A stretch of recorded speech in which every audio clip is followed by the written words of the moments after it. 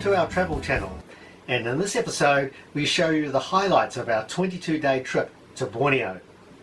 Now why Borneo, you might ask? Well, we wanted to see if we could get that close-up animal experience as well as understand its food and culture. Well, we got that and much more. In fact, we were introduced to more than 200 animals, plants and insects. And by animals, we mean birds, reptiles, fish and so on. So come along with us for the ride as we embark on this amazing journey. Borneo is an incredible place. It's a giant rugged island shared by the Malaysian states of Sabah and Sarawak, and also Indonesian Kalimantan and the tiny nation of Brunei. It's known for its beaches, its biodiverse rainforest and its wildlife, including the endangered orangutan species. Our visit focused on the Malaysian territories of Borneo, namely Sabah and Sarawak. New Zealanders and Australians don't need a visa to visit there if their stay is less than 90 days. Kota Kinabalu was our entry point to Borneo, so let's take a look at the highlights of our 7 nights in this area.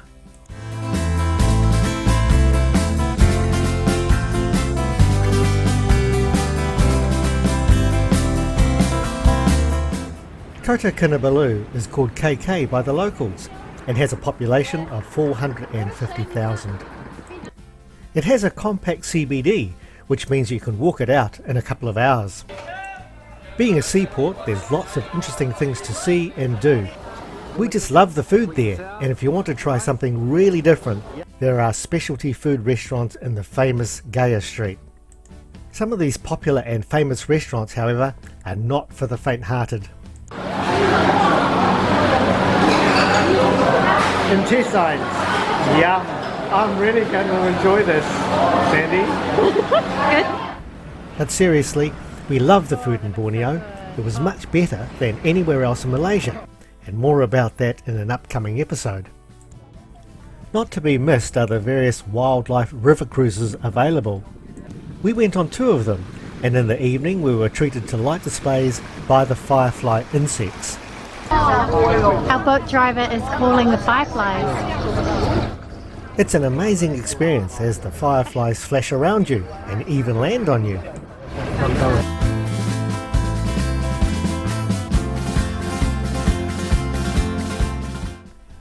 We decided not to climb the famous Mount Kinabalu, the highest mountain in Malaysia at 4,095 metres, higher than New Zealand's highest mountain, Mount Cook. Instead we drove to its lookout and then had a spa at Pouring Hot Springs, after which we flew to Sandakan for our next wildlife experience.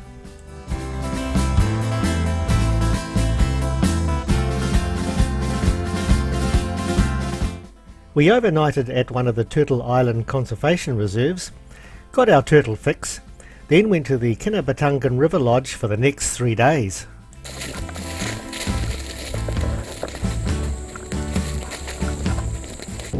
If you're visiting Malaysian Borneo, going to a Kinabatangan River Lodge is a must-do.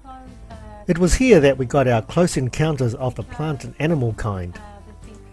And it came with no Wi-Fi, no internet, no cell phone coverage, no cars, no supermarkets, isolation at its best. River cruises and day walks and night walks filled our time. What a fantastic experience. You can see all the things we got up to in a future episode.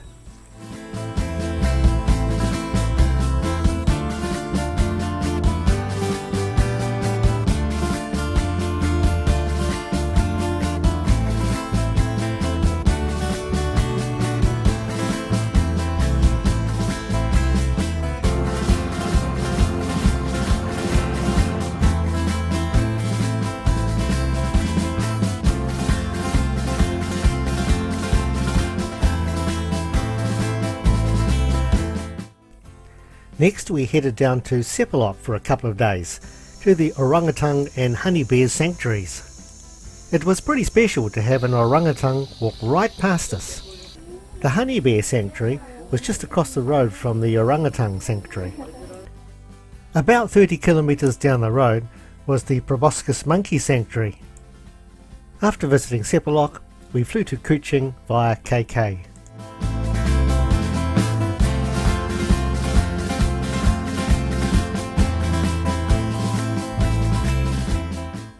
Kuching in Malay means cat, and there's plenty of them in the city. It's got a population of around about 600,000. More delicious food, more river excursions, the best times. We used Kuching as a base to visit the Semengo Orangutan Reserve, the Cultural Village and Show, and finally the world famous Borneo National Park. At the Semengo Reserve, 22 kilometres south of Kuching, orangutans are free to wander wherever they please. You could go there and see none, but that day we were lucky.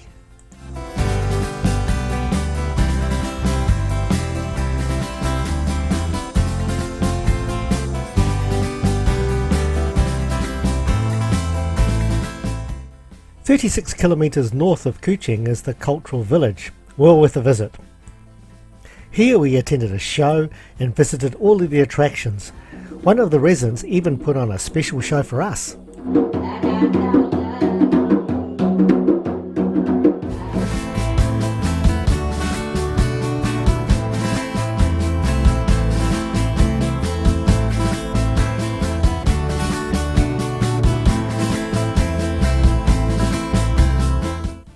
Borneo National Park is the oldest park in Sarawak.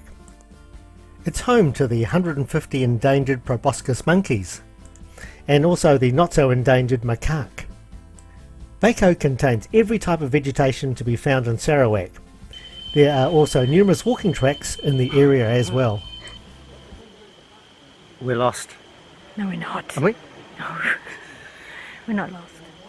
Not yet. Not yet. Got a good map. Yeah. It's in Malay.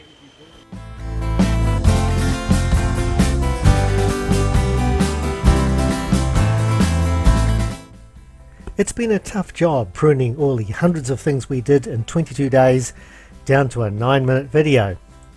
Therefore, we hope to see you soon in our upcoming episodes where we show the highlights of each day. And we couldn't think of a better way to end our stay in Kuching and in Borneo with a night river cruise on the Sarawak River.